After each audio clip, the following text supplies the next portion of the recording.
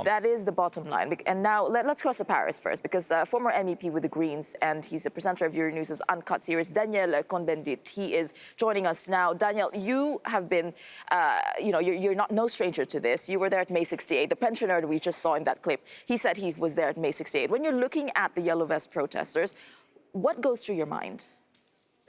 Well, we know that you have a social split in France. 95, Chirac in his campaign talked about this, la fracture sociale, the social split. So it's France, and no government, left, right, did really find a solution to this social split. It's growing and growing. And this is a deep feeling of the people on the street.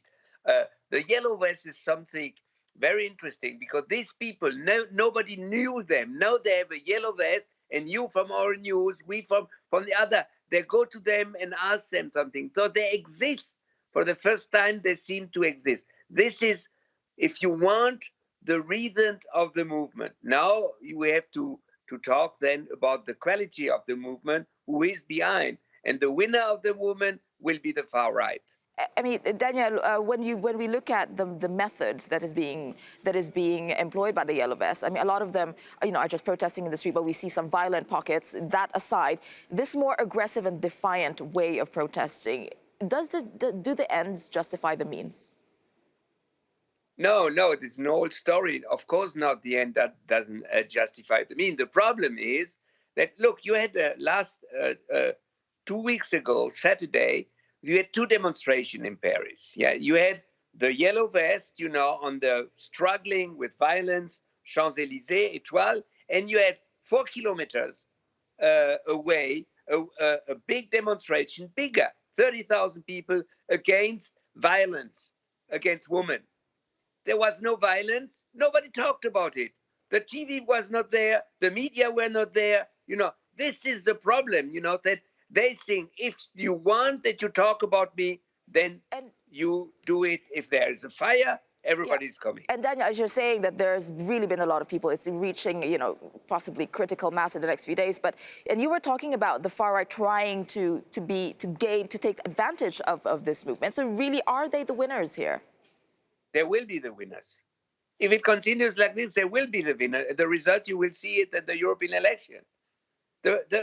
You have to listen. I had an argument. All the week in Paris, I had an argument, with Yellow Vest. And then it was the man, he said, yes, I'm from the countryside. And you look at the website, and his website was full of articles against Muslims. And you can see the people. So, and if one like Wen, said yesterday in the evening, what do you want? I want to go to the Élysée.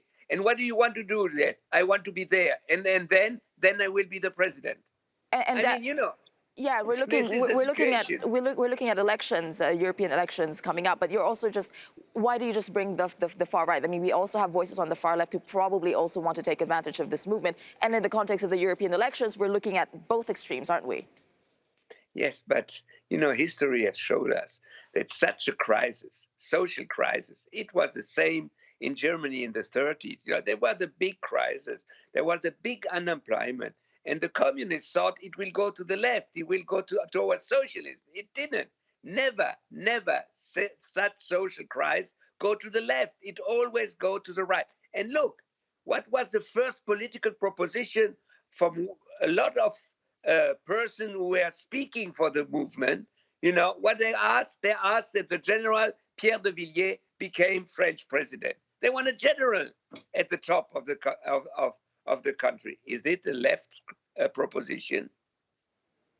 All right, thank you very much for that, for joining us tonight. Former MEP from the Greens, Daniel Cohn-Bendit, talking to us there. I'd like you to react to what he was saying about, the threat that he saw. It's more coming from the far right, the opportunity for the far right. I think things have to be distinguished here. The far right will have advantage in the parliament. They will be bigger, and we will end the next parliament elections with a kind of quite uneasy parliament, but not because of this. This is not the reason why we will have a parliament full of extreme right. This is, pardon me saying it one more time, this is very local French thing. Okay. This is not kind of influencing the whole Europe.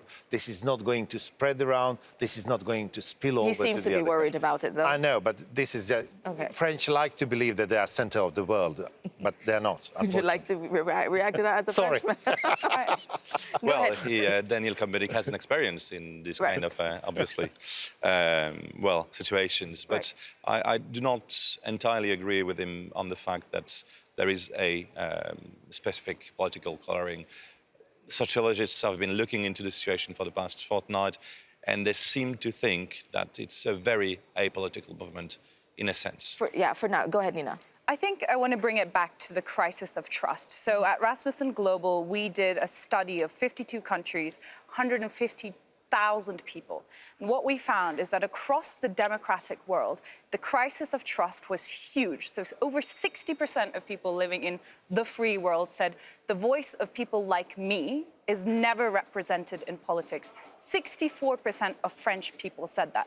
Now, when you have this crisis of trust, when you feel your government is no longer delivering for you, populists, demagogues, and charlatans can always exploit that, be that on the left or the right. And I think that certainly is happening on both sides of the political spectrum in France and around the Western world, to be honest with you. Okay, I will do a quick round because we're watching this unfold, but where are they heading, the Yellow Vest protesters? What do you think is happening next? Well, we know that someone is heading down. It's Emmanuel Macron, whose approval rate, I just checked it, is lower than 19% right now. So it's going to reach the extreme lows that François Hollande had before. He's not on the way out, but the government is facing a wall. And the Yellow Vests, their demands were actually met.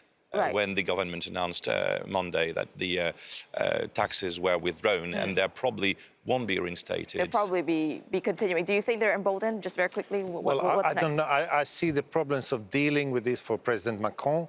I think this will be going to be difficult because he's starting to back off from the certain demands. Then they demand even more, and you can see the logic of it going further on. I don't see that this will be solved in tomorrow. I think this will be a big problem. It will have affect the election in France, but not in other countries. And Nina? On a rather depressing note, I'm going to say that even if this protest fizzles out, the kind of key dynamics, the kind of visceral anger that we see in France on the streets and, again, across the rest of the world, I think is here to stay. Until that trust deficit is addressed, as you've been pointing out. All right.